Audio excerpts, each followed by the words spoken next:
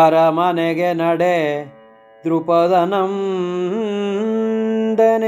ಕರೆಸಿದರೆ ನೀ ಹೋಗೋ, ನಿರುತವನು ಅರುಹದಿರು ತುರುಗಾಹಿಗಳ ಮಗಳೆಂದು ನುಡಿ ಸಾಕು.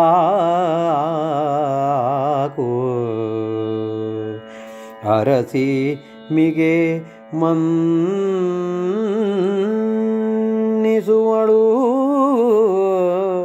ಅಲ್ಲಿರು ಕರೆಸಿಕೊಂಬೆನು ಬಳಿಕಲೆಂದು. ಈ ಸರಸಿಜಾಕ್ಷಿಯ ಕಳುಹಿದನು ನಿಜ ರಾಜ ಮಂದಿರಕ್ಕೆ.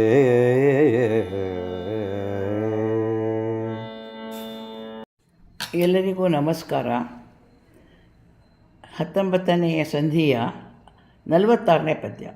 ಅದರ ತಾತ್ಪರ್ಯ ಹೀಗಿದೆ. ಸುಭದ್ರೆಗೆ ಪಾರ್ಥ ಹೇಳ್ತಾನೆ, ನೀನು ಮುಂದೆ ಹೋಗು, ಅರಮನೆಗೆ ಹೋಗು. ದ್ರೌಪದಿ ಇದ್ದಾಳಲ್ಲ, ದ್ರುಪದನ ಮಗಳು, ಅವಳು ಕರೆದ್ರೆ ಹೋಗು, ಆಯಿತಾ? ನಿಜ ಹೇಳಬೇಡ. ಏನು ಹೇಳಬೇಕು? ಗೊಲ್ಲರ ಮಗಳು ಅಂತ ಹೇಳು, ಸಾಕು. ನಿಜವಾಗ್ಲೂ ಕೂಡ ದ್ರೌಪದಿ ನಿನ್ನನ್ನು ಬಹಳವಾಗಿ ಮರ್ಯಾದೆಯಿಂದನೇ ಮಾತಾಡಿಸ್ತಾಳೆ, ಇಟ್ಕೋತಾಳೆ. ನೀನು ಅಲ್ಲೇ ಇರು, ಒಂದು ಸ್ವಲ್ಪ ಸಮಯ ಅಲ್ಲಿರು, ಆಮೇಲೆ ನಾನು ಕರ್ಸ್ಕೊತೀನಿ ಅಂತ ಹೇಳಿ ಸುಭದ್ರೆಯನ್ನು ಅರ್ಜುನ ತನ್ನ ಅರಮನೆಗೆ ಕಳಿಸಿಕೊಡ್ತಾನೆ. ನಮ್ಮಲ್ಲಿ ಒಂದು ಗಾದೆ ಇದೆ, ಮೆಚ್ಚಿ ಬಂದವಳಿಗೆ ಬಿಚ್ಚೋಲೆ ಸಾಕು ಅಂತ. ಪಾಪ ಮದುವೆ ಆದ ಹುಡುಗಿನ ಒಬ್ಬಳನ್ನೇ ಕಳಿಸೋದ ಪಾರ್ಥ. ಏನು ಮಾಡೋಕ್ಕಾಗತ್ತೆ? ಮನೆ ಗೆದ್ದು ಮಾರು ಗೆಲ್ಲಬೇಕಾಗಿದೆ ಅವನು. ಮನೆ ಮುರಿದ್ರೆ ಕಟ್ಟಬಹುದು, ಮನ ಮುರಿದ್ರೆ ಕಟ್ಟೋದಕ್ಕೆ ಕಷ್ಟ ಅಲ್ಲ ಅಲ್ವಾ? ದ್ರೌಪದಿನ ಒಪ್ಪಿಸ್ಬೇಕು ಇವಾಗ. ಏಕೆಂದರೆ ಪಣದಲ್ಲಿ ಗೆದ್ದು ಮದುವೆ ಮಾಡ್ಕೊಂಡು ತಂದಿರೋದು ಪಾರ್ಥ ಅಲ್ವೇ? ಅವರಿಬ್ಬರ ಒಂದು ಪ್ರೀತಿ ಅಗಾಧವಾದ್ದು.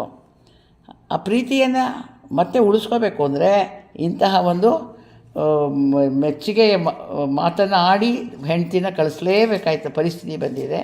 ಹಾಗಾಗಿ ಮಡದೆಯಂ ಬೇರಾಪ್ತರಿ ನಿರ್ಪರೆ ಅಂತಾರಲ್ವ, ಹಾಗೆ ಅವಳನ್ನು ಅರಮನೆಗೆ ಒಂಟಿಯಾಗಿ ಮದುವೆಯಾದಂತಹ ವಧುವನ್ನು ಕಳಿಸ್ತಾ ಇದ್ದಾನೆ.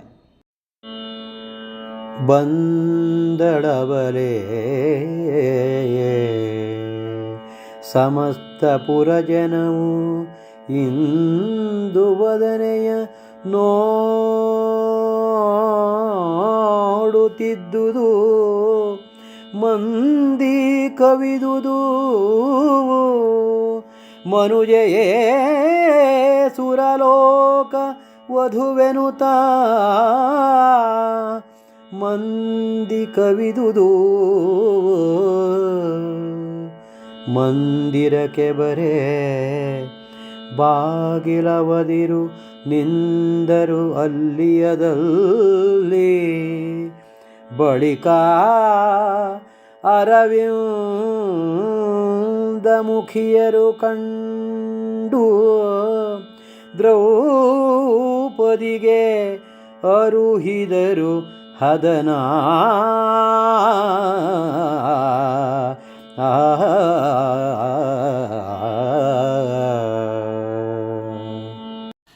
ಈಗ ಪದ್ಯ 47. ಅದರ ಅರ್ಥ ಹೀಗಿದೆ. ಸುಭದ್ರೆ ಆ ಊರೊಳಗಡೆ ಬರ್ತಾ ಇದ್ದಾಳೆ. ಆ ಊರಲ್ಲಿ ಯಾವತ್ತೂ ಇಂತಹ ಒಂದು ಹೆಣ್ಣನ್ನು ನೋಡಿದ್ದು ಯಾರೂ ಇಲ್ಲ. ಅಬ್ಬಬ್ಬಬ್ಬ ಏನು ಚೆನ್ನಾಗಿದ್ದಾಳೆ, ಅಪ್ಸರೆ ಇರಬೇಕು ಅಂತ ಎಲ್ಲರೂ ಮಾತಾಡ್ಕೋತಾ ಇದ್ದಾರೆ.